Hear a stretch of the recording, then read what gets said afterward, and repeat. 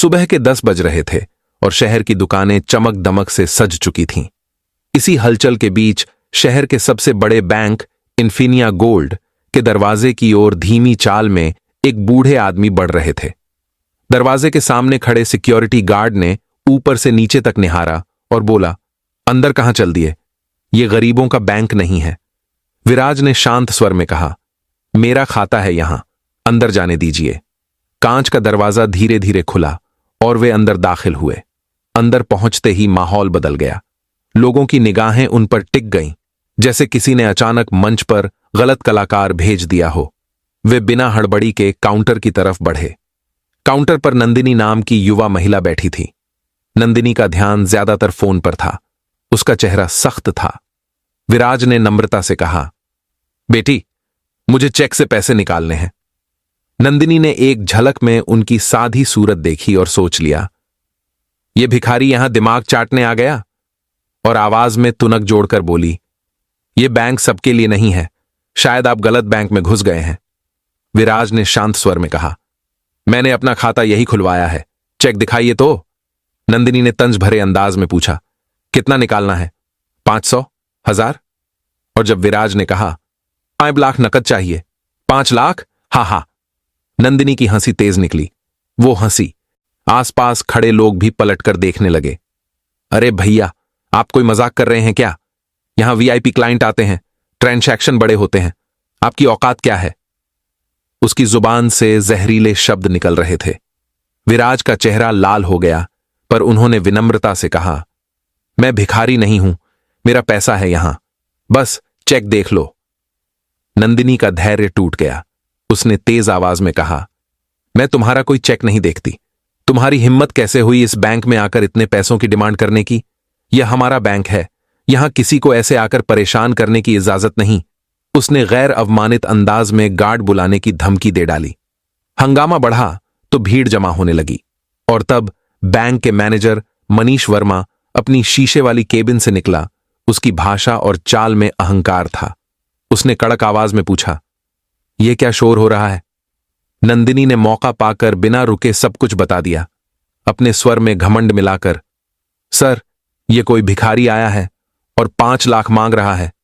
विराज ने हाथ जोड़कर फिर समझाने की कोशिश की, सर, मैं अपना ही पैसा निकालने आया हूं।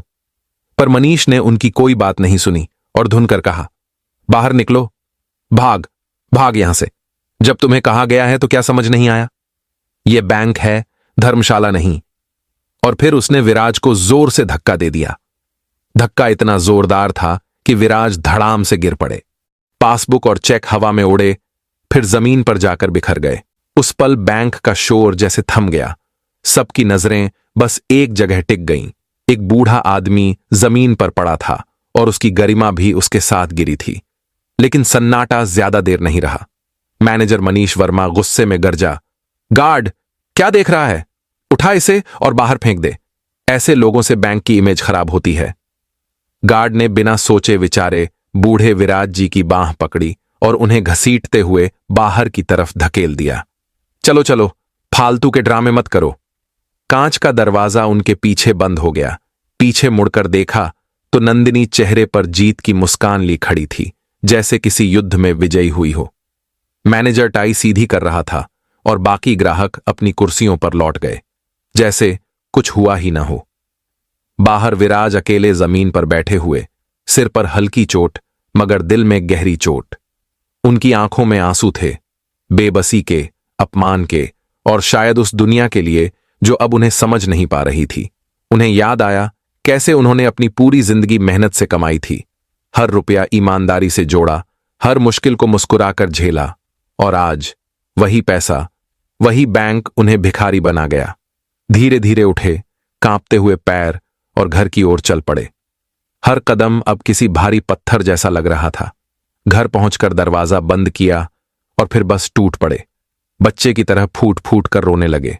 उनके आंसू सिर्फ अपमान के नहीं थे, बल्कि उस दर्द के थे कि इंसानियत कब इतनी ठंडी हो गई। कुछ देर बाद जब रोना थमा तो दिल में सवाल उठा, क्या मैं ये बात आर्यन को बताऊं? फिर खुद ही जवाब मिला, नहीं, वो परेशान हो जाएगा। लेकिन फिर एक और सोच आई, अगर मैं चुप रहा तो ऐसे लोगों का हौसला और बढ़ेगा। उन्होंने कांपते हाथों से फोन उठाया और बेटे आर्यन का नंबर डायल किया। उधर आर्यन दिल्ली में एक इंटरनेशनल कॉलेज में लेक्चर दे रहा था। लाखों स्टूडेंट सामने उनकी लेक्चर सुन रहे थे। फोन पर पिताजी का नाम देखा तो वह बिना देर किए बाहर निकल गया। हाँ पिताजी, सब ठीक? उसने मुस्कुराते हुए कहा। दूसरी तरफ से आई टूटी भीगी हुई आवाज, हाँ बेटा, सब ठीक है। बस इतना सुनना काफी था। आर्यन का चेहरा गंभीर हो गया। उसे पता था कुछ बहुत गलत हुआ है। पापा, आपकी आवाज ठीक नहीं लग रही, क्या हुआ? और फिर जैसे टूटे बांध से पानी निकलता है, वैसे ही विराज की सिसकियों के साथ सब कुछ बाहर आ गया। बैंक की घटना, हर शब्द, हर धक्का, हर अपमान। आर्यन बस सुनता रहा और उसके भीतर का लावा उबलने लगा। पापा, आप प्लीज शांत रहिए, उसने कहा। मैं अभी आ रहा हूं। नहीं बेटा, तू काम कर ले, बस मन हल्का करना था। नहीं पिताजी। आर्यन की आवाज अब ठंडी नहीं, दृढ़ थी। अब जो हुआ है उसका जवाब मैं दूंगा, लेकिन अपने तरीके से। उसने फोन काटा, सबको देखा और बस इतना कहा, I am sorry students, but I have to leave now. उसकी नजरों में ऐसा दृढ़ निश्चय था कि कोई सवाल करने की हिम्मत नहीं कर सका। सीधे कार में बैठा एयरपोर्ट की ओर निकल गया। रास्ते भर उसका मन उबलते पानी जैसा था। सिर्फ गुस्सा नहीं, बल्कि एक गहरी पीड़ा थी, अपने पिता के अपमान की। आर्यन ने तय कर लिया था, यह लड़ाई बदले की नहीं, न्याय की होगी। वो उन लोगों को एक ऐसा सबक देगा जो किसी कोर्ट या पुलिस से नहीं, बल्कि इंसानियत के आईने से मिलेगा। रात देर से जब वो घर पहुंचा तो देखा पिताजी सोफे पर ही सो गए थे। आर्यन ने धीरे से अपने पिता के पैरों पर हाथ रखा। विराज मेहता चौंक गए। पलटकर देखा तो सामने उनका बेटा खड़ा था, जैसे किसी पुराने दर्द पर मरहम लग गया हो। उनकी आंखों से फिर से आंसू बह निकले। आर्यन ने झुककर उन्हें गले लगा लिया और धीरे से कहा, बस पिताजी, अब और नहीं, आप आराम कीजिए, कल सुबह हम साथ चलेंगे, उसी बैंक में। विराज ने सिर हिलाया। आवाज धीमी थी, थकी हुई, टूटी हुई। नहीं बेटा, अब उस जगह जाने की कोई जरूरत नहीं। मेरी उस बैंक में जाने की हिम्मत नहीं हो रही। आर्यन ने उनका हाथ पकड़कर कहा, पिताजी, जाना तो होगा।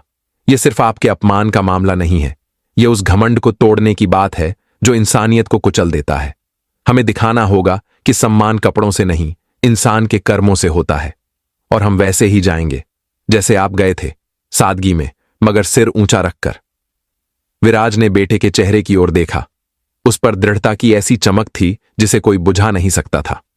अगली सुबह आर्यन ने ऑटो रोका और बोला, चलो इन्फिनिया गोल्ड बैंक। बैंक में वही पुराना माहौल था, चमचमाती फर्श, परफ्यूम की महक और ऐसे चेहरे जो दूसरों को ऊपर से नीचे तक तौलने के आदी थे। जैसे ही आर्यन और उनके पिता अंदर दाखिल हुए, कई नजरों ने उन्हें एक साथ घूरा, मानो कोई अजनबी गलती से किसी और दुनिया में आ गया हो। आर्यन ने पिता का हाथ कसकर थामा, जैसे कह रहा हो, डरिए मत, अब वक्त हमारा है। वह सीधे उस काउंटर की ओर बढ़े जहां नंदिनी बैठी थी। वही नंदिनी, वही अकड़, वही मोबाइल में डूबी हुई लापरवाही। आर्यन ने शालीन आवाज में कहा, मैडम, हमें पैसे निकालने हैं, ये मेरे पिताजी का चेक है। नंदिनी ने सिर उठाकर देखा। कल वाला बूढ़ा फिर आ गया था और आज उसके साथ एक लड़का भी। अरे वाह, उसने ताना मारा, आज बेटे को भी ले आए हो शिकायत करने? सुनो, जैसे आए हो वैसे ही निकलो यहां से। आर्यन मुस्कुराया, लेकिन उसकी मुस्कान में संयम था, गुस्सा नहीं। मैडम, हम शिकायत करने नहीं आए हैं, बस अपना पैसा निकालने आए हैं। चेक देख लीजिए। नंदिनी ने चेक हाथ में लिया, नजर दौड़ाई और फिर वही बेहुदा हंसी हंसी। कल बाप मजाक कर रहा था, आज बेटा 5 लाख रुपए निकालना है, पहले अपने खाते में 10 रुपए तो डाल दो। पास बैठे लोग हंसने लगे। वही भीड़, वही तमाशबीन। विराज का चेहरा फिर उतर गया, लेकिन इस बार आर्यन चुप नहीं था। उसने बहुत शांति से कहा, मैडम, बस एक बार सिस्टम में अकाउंट नंबर डालकर बैलेंस चेक कर लीजिए, सारी गलतफहमी खुद ब खुद दूर हो जाएगी। नंदिनी ने हिकारत से चेक फेंक दिया। मेरे पास टाइम नहीं है तुम जैसे लोगों के लिए। जाओ मैनेजर से मिलो, वही बताएंगे क्या करना है। उसके लहजे में वही विश्वास था कि आज भी वही होगा जो कल हुआ था। आर्यन ने सिर झुकाया और कहा, ठीक है मैडम, हम मैनेजर से ही मिल लेते हैं। वो अपने पिता का हाथ थामे सीधे मैनेजर के केबिन की तरफ बढ़ा। बाहर बैठे चपरासी ने रोक लिया। कहां जा रहे हो? साहब बिजी हैं। जरूरी काम है, आर्यन ने शांति से कहा। अपॉइंटमेंट? नहीं, पर तो बैठो वहां वेटिंग एरिया में, जब साहब फ्री होंगे तब बुलाएंगे। दोनों एक कोने में जाकर बैठ गए। आर्यन देखता रहा कैसे अमीर कपड़ों में आए लोग बिना किसी रोक टोक के सीधे केबिन में घुस रहे थे और किसी ने उफ तक नहीं की। आधा घंटा बीत गया, फिर 1 घंटा। मैनेजर मनीष वर्मा कई बार बाहर आया, महंगे ग्राहकों से हंस हंस कर बातें की, हाथ मिलाए और फिर अंदर चला गया। लेकिन उसने एक बार भी आर्यन और उसके पिता की तरफ नहीं देखा। विराज बेचैन हो उठे। बेटा, चलो यहां से, मुझे और अपमान नहीं झेलना। आर्यन ने उनका हाथ दबाया। बस 10 मिनट और, पिताजी, सब ठीक हो जाएगा। समय धीरे धीरे बीता और आर्यन की आंखों की मुस्कान अब एक चट्टान सी दृढ़ता में बदल चुकी थी। एक गहरी सांस लेकर वह उठा और बिना किसी झिझक के मैनेजर के केबिन की तरफ बढ़ा। चपरासी ने रोकने की कोशिश की, पर इस बार आर्यन नहीं रुका। उसने दरवाजा जोर से खोला। धड़ाक! मनीष वर्मा फोन पर अपनी बीवी से हंसी ठिठोली कर रहा था। लगे था जैसे दिन की सबसे मीठी खबर सुन रहा हो। फिर अचानक दरवाजा जोर से खुला और 2 लोग बिना पूछे अंदर आए। मनीष का चेहरा सिकुड़ गया। उसे भड़कते देर नहीं लगी। यहां कैसी तमीज! वह फटक कर खड़ा हो गया और गुस्से से पूछा, बताओ, कौन हो तुम लोग? यहां कैसे घुसे? उसके सामने खड़ा युवक आर्यन बिल्कुल सनसनीखेज ठहर गया। उसकी आवाज ठंडी और नियंत्रित थी। क्या आप मनीष वर्मा हैं? हां, मैं ही, मनीष चिल्लाया। और तुम्हारी हिम्मत इतनी? अचानक आर्यन ने अपनी जेब से वही चेक निकाला, 5 लाख रुपए, और इसे सीधे मेज पर रख दिया। सादा सा आग्रह पर असरदार। यह मेरे बाप का चेक है, यह ट्रांजैक्शन कर दीजिए। मनीष ने चेक उठाया, एक नजर में पिता को पहचान लिया और फिर न सिर्फ चेक बल्कि तौहीन भी वापस फेंक दी। ये लोग रोज टाइम खराब करते हैं, तुम्हें देखकर ही पता चल जाता है। वह गंधसराही हुई आलोचना और अपमान का पुराना पाठ पढ़ रहा था। क्या कभी आपने देखा है कि कुछ लोग कैसे दूसरों की शक्लो सूरत से उनकी कीमत निकाल लेते हैं? यही तमाशा वहां भी दोहराया गया। पर इस बार आर्यन खामोश नहीं रहा। उसने दिल से कहा, आपके जो शबाब के हिसाब से इंसाफ तय करने का रवैया है, वही चीज मुझे यहां आने पर मजबूर कर गई। फिर उसने फोन निकाला और एक नंबर दबाया। खालिद, पूरी टीम को लेकर बैंक पर आ जाओ। रीजनल हेड और विजिलेंस को कॉन्फ्रेंस कॉल पर जोड़ो। तुम सब लाइव सुनना। मनीष घबरा गया, पर जल्द ही केबिन का दरवाजा खुला और सूट बंधे लोग अंदर आए। उनमें से एक ने आर्यन को दस्तावेजों वाली फाइल थमाई। अब जो बात हवा में थी, जमीन पर आ गिरी। आर्यन की आवाज में अब मालिकाना अधिकार था और बयान एकदम साधारण पर भारी। मेरा नाम आर्यन है। यही बैंक मेरे और मेरे पिता की इक्विटी कंपनी का हिस्सा है। मैं इस बैंक का मेजॉरिटी शेयर होल्डर और इसलिए मालिक भी। केबिन में कुछ पल को जैसे समय ठहर गया। मनीष के होंठ फटके पड़े, चेहरा रंग बदल गया, माथे पर पसीना तैर आया। नंदिनी और बाकी स्टाफ के चेहरे पर हैरानी स्पष्ट थी। ग्राहक भी चुपचाप सभी बातचीत देख रहे थे। क्या बड़ी कुर्सी पर बैठा आदमी हमेशा मालिक होता है? और क्या पैसों के चमक दमक से इंसानियत की नजर धुंधली हो जाती है? ये सवाल अचानक हर किसी के जहन में उठ खड़े हुए। आर्यन ने आगे बढ़कर कहा, आपने कल मेरे पिता को बेइज्जत किया, भिखारी कहा, धक्का दिया। आज आपकी ये हरकतों का हिसाब देना होगा। फिर टीम के आदमी ने बैंक का लैपटॉप खोला और सीसीटीवी फुटेज प्ले कर दी। स्क्रीन पर कल की हर झलक, नंदिनी की तानों से लेकर मनीष के धक्के तक, सब कुछ साफ नजर आया। गुजरते पलों की असलियत अब छुपी नहीं रही। ये वीडियो अब हेड ऑफिस, विजिलेंस और जरूरत पड़ी तो मीडिया तक जाएगी, आर्यन ने कहा। और साथ ही आपकी बर्खास्तगी की तैयारियां भी चल रही हैं। उसकी आवाज में कोई रंज नहीं, बल्कि जवाबदेही की ठोस घोषणा थी। कभी कभी यही फर्क बनता है। इंसान का हक सिर्फ अपने लिए मांगने पर हासिल नहीं होता, बल्कि तब बनता है जब कोई खामोशी तोड़कर सच्चाई सामने रखता है।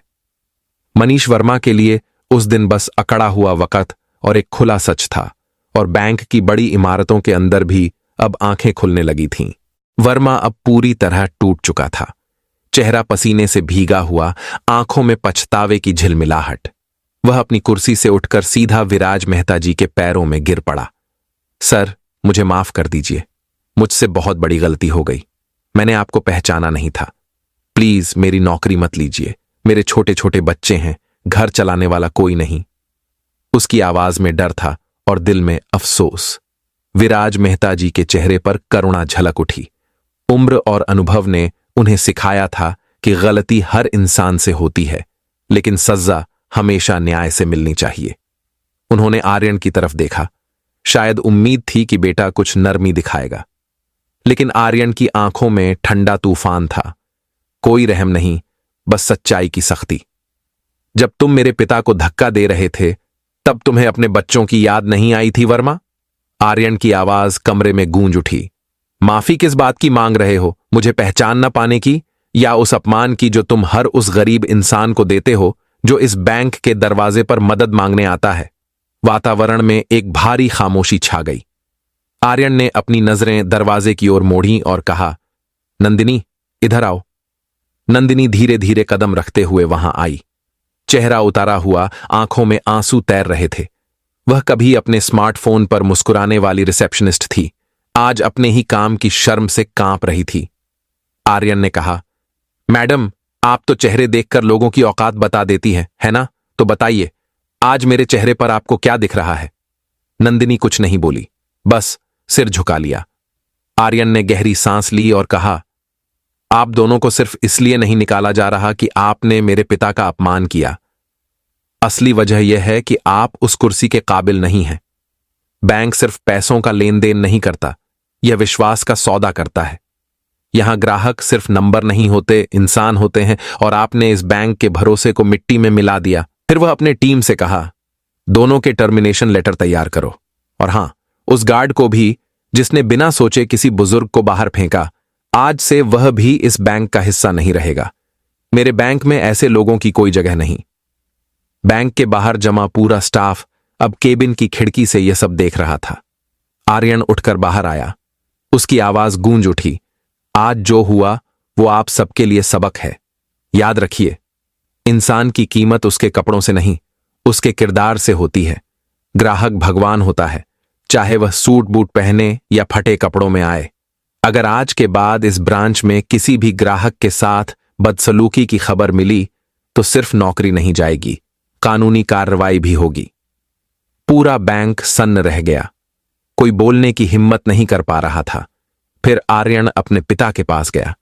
विराज मेहता जी ने उसके कंधे पर हाथ रखा और धीमे से कहा, बेटा, हमने यह बैंक लोगों की मदद के लिए बनाया था, किसी का अपमान करने के लिए नहीं। याद रखो, दौलत आज है, कल नहीं होगी, लेकिन इंसानियत और संस्कार ये उम्र भर साथ चलते हैं। आर्यन ने झुककर पिता का हाथ थामा और उन्हें धीरे धीरे बाहर ले गया। जब दोनों बाहर निकले तो पूरा स्टाफ और सभी ग्राहक खड़े हो गए, सिर झुकाए, सम्मान में। बाहर की हवा अलग महसूस हो रही थी, हल्की, सच्ची और संतोष भरी। विराज मेहता जी ने एक गहरी सांस ली। इस बार उनकी आंखों से बहते आंसू अपमान के नहीं, गर्व के थे। उस बेटे के लिए जिसने न सिर्फ उनका सम्मान लौटाया, बल्कि पूरे समाज को इंसानियत की कीमत याद दिला दी। दोस्तों, अगर यह कहानी आपके दिल को छू गई तो नीचे कमेंट में जरूर बताएं कि आपने इससे क्या सीखा। अगर आपको यह कहानी पसंद आई तो वीडियो को लाइक, शेयर करें और चैनल को सब्सक्राइब करना न भूलें, क्योंकि आपका सपोर्ट ही हमें ऐसी और प्रेरणादायक कहानियां लाने की ताकत देता है। यह कहानी पूरी तरह मनोरंजन और सीख के उद्देश्य से बनाई गई है। इसमें दिखाए गए पात्र, नाम और घटनाएं काल्पनिक हैं। किसी वास्तविक व्यक्ति या संस्था से कोई संबंध मात्र संयोग होगा। हमारा मकसद किसी की छवि को ठेस पहुंचाना नहीं, बल्कि समाज में इंसानियत और सम्मान की सोच फैलाना है। धन्यवाद।